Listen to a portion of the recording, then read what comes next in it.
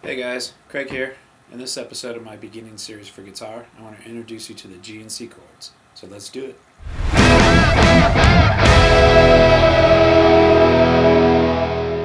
So the G and C chords are two of the most common chords used in guitar, anywhere from AC/DC to Johnny Cash. So let's take a look at the G chord first.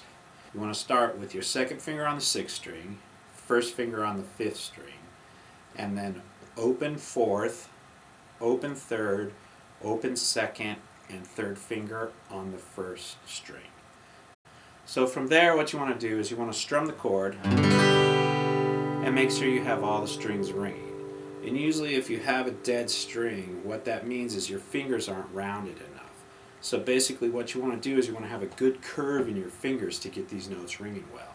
So what that means is usually just sort of pushing your hand towards the ceiling and getting this first knuckle here to be very nicely rounded and out of the way of the string adjacent to it, so you're not causing any buzzing or deadening of the string.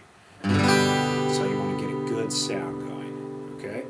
So that'll take some practice and you want to work on that. So just keep at it and you'll get it, and the buzzing will go away over time.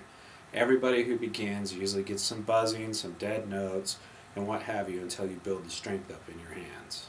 Now the C chord, it's 3 on the 5th string, 2 on the 4th string, open 3rd, 1 on the 2nd string, and open 1st.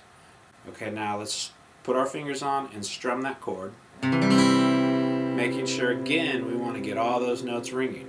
No dead notes, no buzzing, try to get it as clean as possible, which at first when you're beginning it's going to be hard. Practice makes perfect for these things.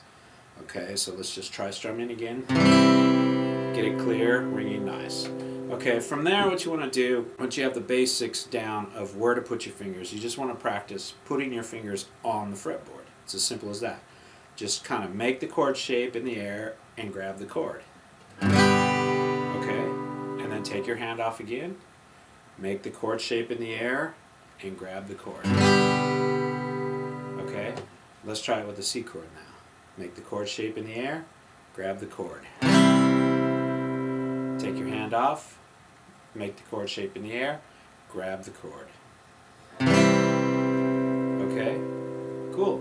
So once you have that going, the next step is to move between those two chords. So what we want to do with that is we want to just grab the G chord, strum it, let it ring for a second, grab the C chord, strum it, let it ring for a second, okay?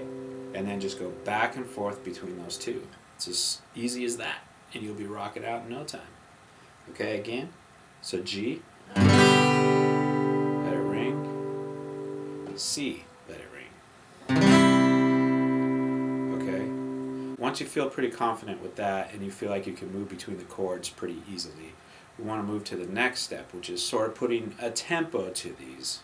In other words, we want to count to 4 for each chord. So we're going to strum the chord, count 1, 2, 3, 4, strum the next chord. Okay, so let's put that into practice.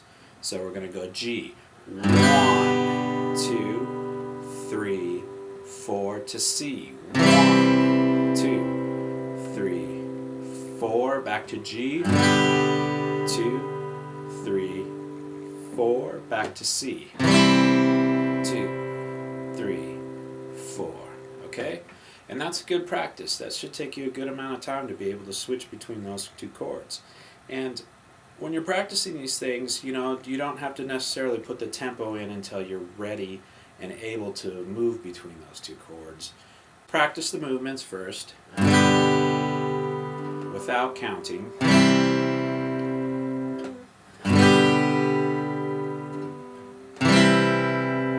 And then once you're comfortable, then incorporate the counting into that. And then we'll expand on more rhythms and go beyond it in future episodes. Thanks for watching, and we'll see you in the next video. Thanks.